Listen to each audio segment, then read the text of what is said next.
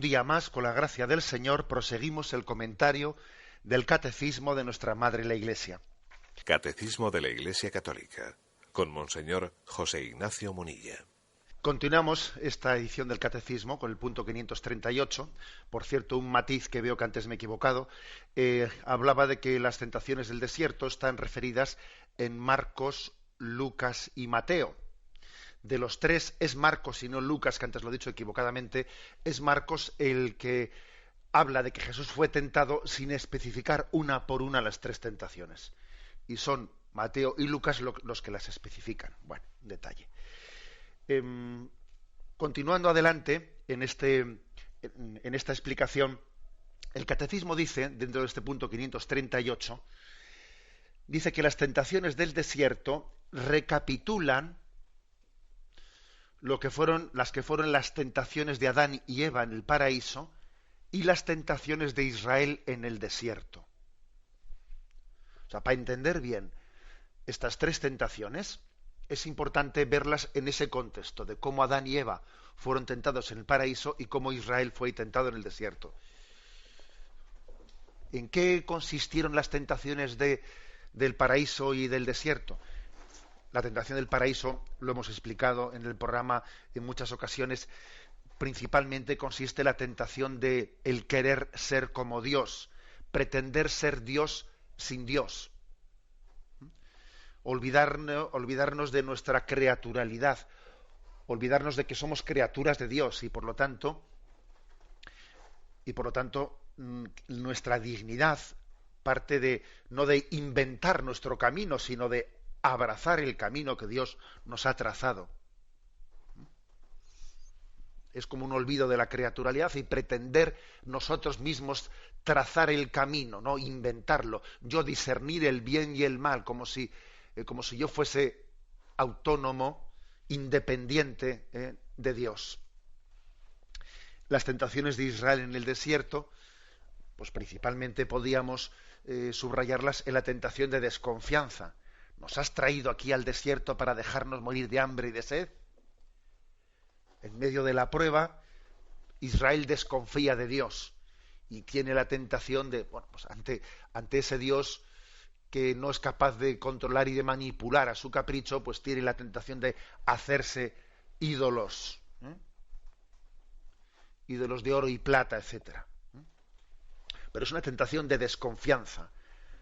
La tentación de Adán en el paraíso podríamos decir que es de soberbia, pretender ser Dios sin Dios. Y la tentación de Israel en el desierto es de desconfianza. No termino de confiar de que Dios me está guiando por el desierto. En este contexto vemos que Jesús va a vencer estas dos tentaciones, la tentación de la soberbia y la tentación de la desconfianza. ¿Y sabéis cómo las va a vencer? Pues haciendo muestra de su plena confianza filial. Desde luego, contra la soberbia, filiación humilde. Y contra la desconfianza, abandono del Hijo en manos del Padre. Desde luego son la mejor medicina, el mejor remedio frente a esas dos tentaciones de soberbia y desconfianza. La soberbia en el fondo es renunciar a tener padre. O sea, yo soy el padre, yo no quiero ser hijo. Y Jesús es el hijo amado del Padre.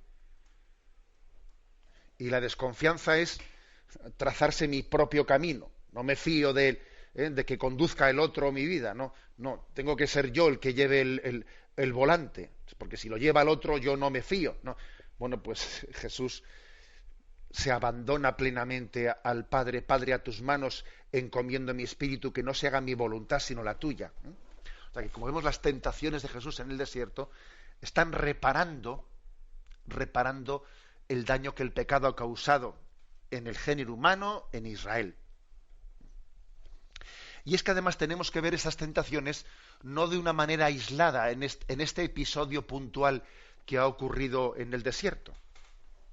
Porque dice aquí el Catecismo que, de hecho, cuando Jesús vence estas tentaciones, el diablo se aleja de él hasta el tiempo determinado. Es decir, que después de que Jesús venció a Satanás aquí en el desierto, bueno, Satanás se retira hasta el tiempo de nuevo que volvería la carga.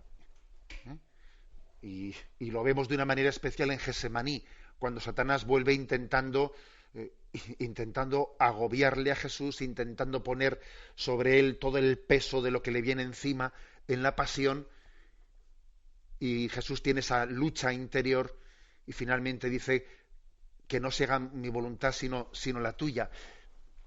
O sea, pero puede haber, sin duda alguna, ¿no?, otros momentos en la vida de Jesús en los que también esa tentación y esa tentación mesiánica de Satanás pudo tener lugar. O sea, estaba como acechándole en su camino. Por cierto, que recuerdo que en esa famosa película de Mel Gibson, de la Pasión, cuando Jesús lleva la cruz camino del Calvario, se muestra ese rostro frío de Satanás que el productor de la película pues quiso expresar así. Se muestra a Satanás como en medio de la multitud, como que está siguiendo los pasos de Jesús, está como acompañándole o acechándole.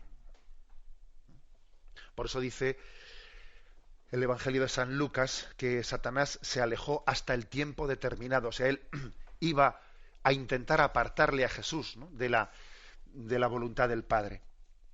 Y finalmente, cuando Satanás es vencido definitivamente, es en el sí que Jesús pronuncia en la cruz. La cruz es el acto de obediencia definitivo de Jesús al Padre, en el que Satanás queda plenamente vencido. La tentación de Satanás, ya digamos, ha perdido toda esperanza y toda posibilidad, ¿no?, ante Jesucristo y aquellos que se unen a la obediencia de Cristo al Padre. Bueno, pues como veis, podríamos decir que las tentaciones, sobre todo, son un intentar apartarnos de Dios. Dice Benedicto XVI en su libro Jesús de Nazaret, en el comentario que hace de las tentaciones del desierto, explica él que las tentaciones consisten en intentar hacer que Dios sea algo secundario, superfluo, incluso molesto. Se presentan bajo esta perspectiva. Dice Benedicto XVI, la cuestión que está detrás de las tres tentaciones es, a ver, el orden que Dios nos ha propuesto en el mundo, ¿es un orden real? ¿Es un orden bueno? ¿O por el contrario tenemos nosotros que hacer un orden más realista? Porque lo que Dios propone no es real y tenemos nosotros, es decir, yo necesito pan, yo necesito poder, o por el contrario, siguiendo el camino de Dios, que es camino de humildad, el del ayuno, etcétera, yo voy a ser capaz de construir nuestra vida. Benedicto XVI entiende de esta manera las tres tentaciones, como una lucha entre si confío en que el orden de Dios, ¿no?, el orden que Dios ha establecido pues en nuestra vida, el orden de su ley, es real o eso no es real, son unos ideales que no son para este mundo, y por lo tanto en este mundo hay que ir a lo práctico. Venga, el poder, el pan, el dinero, que es lo que en esta vida nos da capacidad de subsistir, ¿no? Y fijaros que en el fondo las tres tentaciones se manifiestan así, A ver, poder, todos los reinos te daré, el dinero, el pan, haz que estas piedras se conviertan en pan. Es como decir, menos rollos, y aquí en el fondo el hombre tiene que supervivir agarrándose al materialismo, agarrándose a aquello que le da seguridad. ¿Y qué es lo que le da seguridad? Pues el dinero. Lo que le da seguridad es el pan, lo que le da seguridad es el poder, es el prestigio. Es una forma interesante, ¿no?, de presentar las tentaciones. Bendición de Dios Todopoderoso, Padre, Hijo y Espíritu Santo. Alabado sea Jesucristo.